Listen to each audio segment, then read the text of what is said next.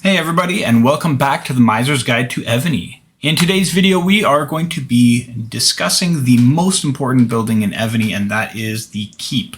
We're going to start off by talking about how the keep is the centralized building of your entire kingdom. We're going to talk about city buffs, levy, cultures, the duty officer, and just general decorations and stuff that you can do with your keep. So let's start off talking about the keep as the centralized building. I call it a centralized building because really it's what prevents all the other buildings from growing, which means like if you are keep 30, you cannot have other buildings that are keep 31 or building level 31. It has to always be equal to or less than your keep level. It's also not only just the limiter, but it's, for example, what is displayed on the map. What you see when you look at your kingdom is the keep. This is the keep right here. Even though there are many other buildings, what's really displayed is the keep. So I call it centralized building just because it's the most important, really, and it's what defines your kingdom. The next thing we'll look at is the levy, what a levy is. So levy is something that you can do when you click on your keep. You have a bunch of options, and levy is one of them. A levy gives you, well, essentially it gives you gold. There are ways that you can obtain gold in the game, and the levy is one of them. You get a certain number of free levies every single day. I've already used mine, so it doesn't display, but if you are high enough keep level, it'll say free levy all, or it might say free levy here. So you get a few free levies that you can use every day, which gives you free gold. And also beyond that, if you wanted to, you could do gems levy as well, which you can spend, which is basically just spending gems to gain a certain amount of gold. You can increase the amount that you get. See, this green text right here is research-based increase. So I can increase the amount of gold I get through levies. In the advancement tab, it's down here somewhere. Let me take a quick look. Coinage right there. So it increases the amount of gold you can levy up to a maximum of 100% extra. So it is worthwhile to eventually get that. I wouldn't prioritize it because there are many different ways that you can get gold in the game right now. So it's not that important to prioritize that research over other things for sure. And my personal opinion is I wouldn't generally use gems levy. It's just not worth it these days with all the different ways you can get gold, unless you're in a super absolute pinch. And one thing to keep in mind with gems levying is the amount that you, the number of times that you use it increases the cost of gems. So you can see the first one's 20, 20 more, and now it's 30, 30, 30. And now it's 40. So every couple times that you levy, it increases the amount of gems required for the next levy up to a maximum, I think, of about 500. So if I look down here, it's going to be 17,590 or not over here. There we go.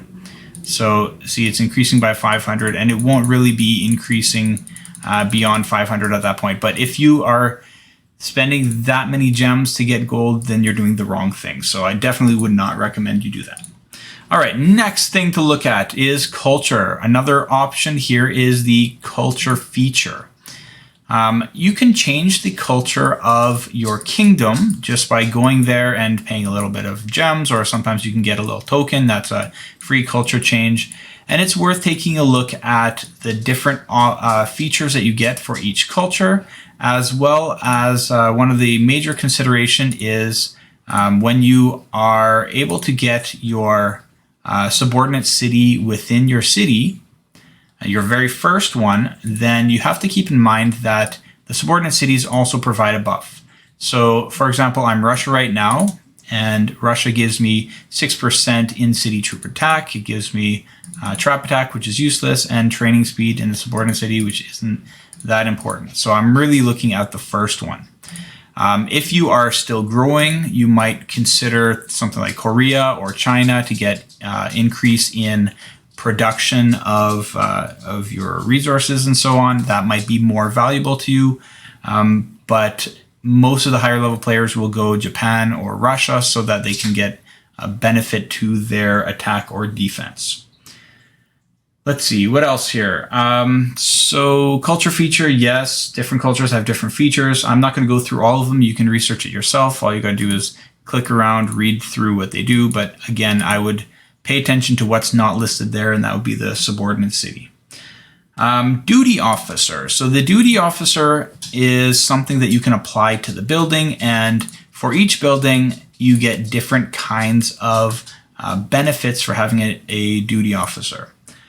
If you have the special keep officer, for example, which requires politics of 1300, leadership of 1250, and 3.3 million power, you benefit by having 25% construction speed and 50% capacity when you're training troops, which just makes it so you can queue more troops at one time. It is beneficial to work on duty officers, and I've mentioned before that the power here for the special keep, it only needs to be active when you put the general on. So you could assign a duty officer, like I've got Minamoto here, and then you could get that special active and then remove all the gear, and he can just be naked on your wall, and that will be perfectly fine. You will still benefit from the special keep officer for his duty application. All right, the last thing I'm going to discuss here are decorations, and decorations are something that are pretty awesome but hard to obtain. There are some decorations that are seasonal, and you can change all your decorations here just by going to decorate. And there are some that are seasonal. For example, I can put on a Christmas decoration, or romantic, or children's, or so on. And you get tokens every time there's an event, or in between of like consumption events. You usually can manage to get enough to get a decoration for 7 days, or I don't remember if it's 7 days or 3 days or whatever it is. But I do have a stockpile of those because I don't use them too often. So here's Chinese Valentine, here's Halloween. So you can collect them and you can use those, and it does change not only the appearance of your keep on the world map. You'll get like balloons or bubbles or something. Right now it looks like do I have this active, or does that guy have it active? I don't know. Oh, I've got it active. So I got like bubbles or something. And when I talk in chat, it'll give like a nice color or some kind of decoration. So you can do it like that.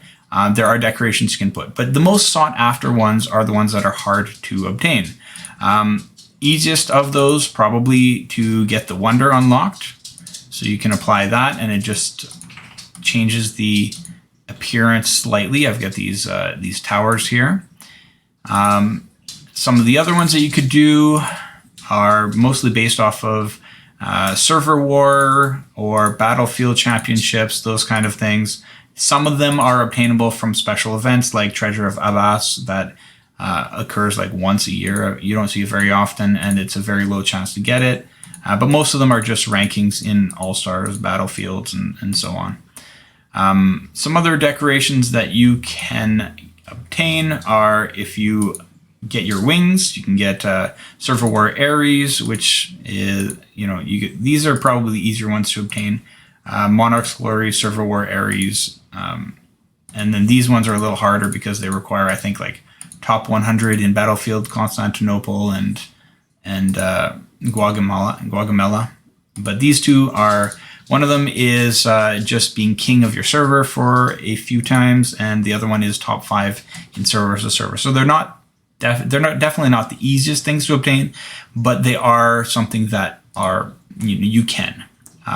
It's much harder to get something like the All-Stars and so on. Dragons are available for most people. So when you do unlock some of these dragons from the Wonder, if you're able to get that unlocked, then you can level them up and you will get some more decorations like so. So here's an example. This is Norway Ridge at level 10. Get a nice little dragon flying around with some ice decoration, which is pretty cool. Let's see, what else? Most of them are seasonal and some do have difficult requirements, but that's really all there is to know about the keep.